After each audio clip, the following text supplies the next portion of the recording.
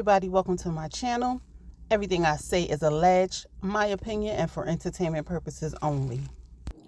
Welcome to my review of Married at First Sight, Season 16, Episode 12, get into the crust of things, okay? So I'm going to start out with the couples that really ain't have much going on because their relationship seems to be going okay. So they ain't really have much going on. So we're going to start with Nicole and Chris. So Nicole and Chris going to goat yoga with her dad. In my head, I'm thinking, like, do they find that fun? I don't want no damn goats jumping on my back while I'm trying to concentrate on the yoga move and trying to breathe at the same time. I don't know how they find that fun. But anyway, that's just me. So Chris asked the dad questions about Nicole. And the dad says, from one of the questions, that her biggest change is that she is with Chris. She seems much more happier and content. And he gives Chris the right to call him dad. Chris wants to know what changed because the dad told him he can't call him dad until after decision day. And the dad said, what I told you is we got to earn each other respect. And you've earned my respect. So I'm okay with you calling me dad. So Nicole and Chris, they meet up with Dr. Pepper. They're in a session for building trust and exploring vulnerability with things that may influence or affect their marriage. Nicole said that her past relationships have her with her guard up. Chris said he's always been vulnerable, but it was not good for some women that he was with because, they didn't find that good. But thank God for the process and that he found his wife, Nicole. So Dr. Pepper tells them to keep delving into conversations that are uncomfortable so that when things do come up, their foundation is strong. They go into their childhood. Nicole says she feels shame about letting her ex-boyfriend burn her. And then Chris also said that his mom, he had a party and his mom was arrested because it was teenagers at the house and drinking and everything. So they feel shameful about that. Chris said his insecurities is past relationships that made him feel unlovable. And Nicole said that, well, you don't got to worry about that no more because I feel like you need all the love. Nicole's worry is that she fears that their happy time will end soon. And that was pretty much on Nicole and Chris. So let's move on to Gina and Clint. Clint talks to his friend David. He lets him know that him and Gina have been getting along, but Clint feels like Gina is not opening up. David said Gina will open up, more naturally as time goes along. So they meet with Dr. Pepper. She feels like they are in a good place. Well, Clint said they are in a good place and having fun and not going to make the marriage work. Well, that's what Dr. Pepper told him because Gina said that right now they're having fun. So Dr. Pepper said, y'all need to do more than be having fun to make this marriage work. So Gina says she struggled with vulnerability with men. She grew up with her mom and she's comfortable talking about stuff with women, but with men it's really hard for her.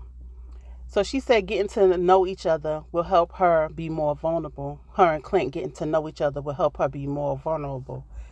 Clint is an open book and open to vulnerability. He said he wants to get to know Gina. I guess this is where the crust of the title came from. He wants to get to know the crust of Gina. Gina said Clint has not asked her any questions to get to know her deeper.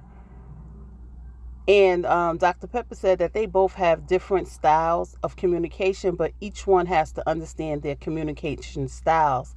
And that will help them along on in this marriage. And it wasn't much on them either because they seem to be getting along right now. I'm going to go to Shaquille and Kirsten next. Kirsten said the other night was tough for them and that they could not come up with the resolution and that they need the help of the experts to figure out how to get through and communicate with each other in tough times. Kirsten said learning how to communicate when they are in a disagreement is what they need. So when they meet with Dr. Pepper, she gave them 2 rules. She said when they're in a disagreement, don't make assumptions because most likely that assumption is wrong. And other one was do unto others as they would do unto themselves. So basically, she was telling them to figure out what your partner needs so that you could work on how to fix things. So she asked him, was there anything in your childhood that affected you? Kirsten said her mom and dad separated, made her closed off, and she had to handle her emotions on her own. That's probably why she has a guard up and don't really communicate much to Shaquille, because she felt like she could figure it out. So Shaquille said his mom's presence was not there. They both felt on their own in their childhood, is what Dr. Pepper put together for them too. So Dr. Pepper asks about intimacy. Shaquille says they're doing better at it. Kirsten said she needed a kiss on her forehead. So what happened is Shaquille left for work, rushing out. He said she was deep in her sleep, so he didn't give her a kiss on the forehead.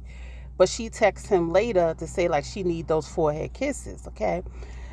So Dr. Pepper let Shaquille know that she need those forehead kisses, and Kirsten needs to feel needed. She told Shaquille to put down his guard from when Kirsten was not being open and put it behind him, because he might be holding on to that. And then Shaquille said he knows what he has to do. So they have dinner, and Kirsten asked Shaquille to help her out with her logo for her real estate stuff. And Shaquille starts sketching out different designs, and he was like, he's a man of many talents. And Kirsten agrees and says that she loves that about him. So Kirsten, in her confessional, she was like, it's something about a man that can handle his business. It turns her on. Oop, all right, Shaquille, you might be getting some. Anyway, the fishbowl questions for Shaquille and Kirsten was, what will keep Kirsten safe and why? So Kirsten tells him always taking the lead will make her feel secure and safe. So Shaquille said he will, but he hopes she don't get pissed off when he do that. So they both start laughing. And I could agree, because Kirsten seemed like she catch an attitude for anything, okay? So Shaquille said he is taking charge. This was later that night. He does a body paint. I'm going to just say body paint party, even though it's two of them. I guess two or more, that's a party, okay? To see if she trusts him enough. So as he's painting her body, Christian is turned on. She says she loves the control he's taking. She said she loved it so much, listen, that they consummate in their marriage, okay? So that's what we find out in the next episode, that it went down in the... Let me stop, I'm just playing. Anyway, let's move on to Jasmine and Aries, which I feel like they should just go ahead and go and get divorced, okay? So Jasmine and Aries are sitting down. Aries said he's interested in hearing Dr. Pepper's take on their relationship. So they finally get to Dr. Pepper. Dr. Pepper says she feels that they have not been progressing like they would have liked them to have. And she said, what would help connect Jasmine to Aries? Jasmine says deeper conversations. She said with Aries telling her that he was not attracted to her, it hurt her feelings. So she feels like they have been existing and stagnant. She says she can initiate, the deep conversations in order to get those deeper conversations going. She said one thing about her is that she mentors the girls in cheer and tell them to be true to themselves and speak up for themselves and not let things fall to the wayside, but she has not been doing that. She felt in her childhood, with her moving, she felt all alone, losing all her friends and being in a place where she didn't fit in. She said when she moved back to Tennessee, she got her confidence back. She found self-love. And in this marriage with Aries, and him not being attracted to her, made her feel alone in the marriage. So Dr. Pepper said, have you ever thought that it might not be about you? And I was like, good question, because we all as people do tend to make things about us when we didn't even have a conversation with the other person. And I think Jasmine knows she let things fall to the wayside. Like, that's her default. Like, she don't like conflict. Okay? So my thing is, I was like, she lets them fall to the wayside. She don't really know how Aries is feeling when it comes to her feelings, because she has not expressed them to him. And I feel like the lack of attraction, may not have anything to do with Jasmine. But she's not really opening up.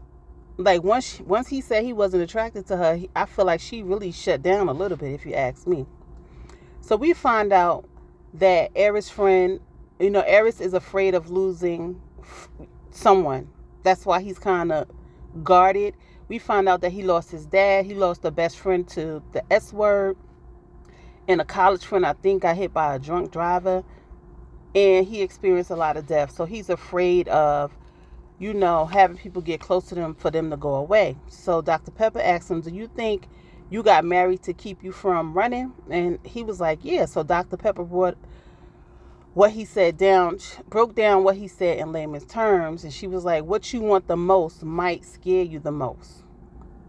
Like being settled and having that fear. So his safe way is to not let himself be close to anyone, trust, or be dependent on someone's love. And he agrees. Jasmine said that these are things that she wants to know, which will help her have deeper conversations. So we found out that Jasmine in her childhood was impacted by her parents.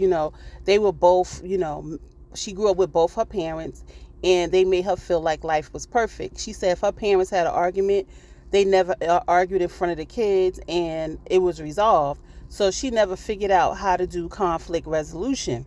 And she said that's part of the reason why she's not a great communicator.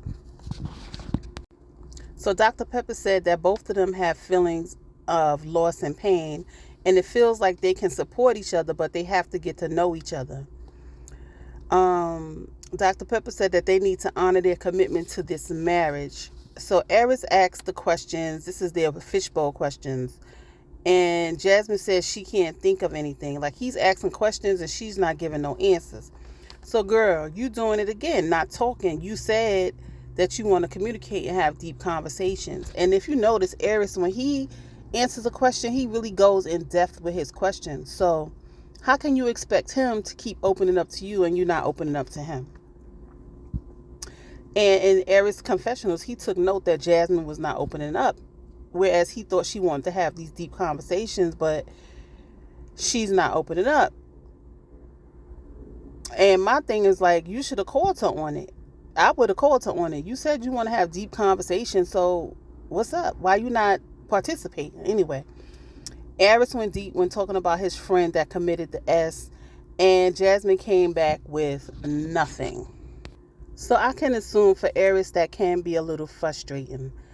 So they show Jasmine's mother coming over to talk to Eris to have a deeper conversation to find out what can he do to get Jasmine to get into these deep conversations.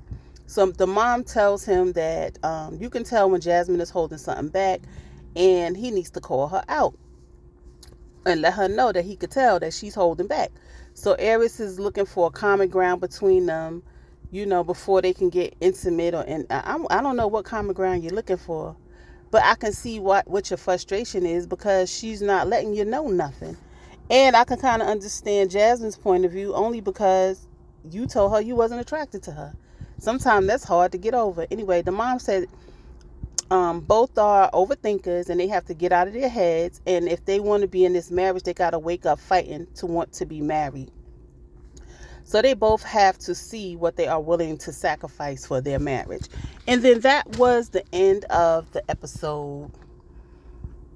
I just feel like Jasmine and Eris, either they better start getting it together or just go ahead on and break up. Anyway, guys, that's all I got. Like, comment, and subscribe. Hit the notification bell so that you know when my next video uploads. And I will see you in the next video. Peace.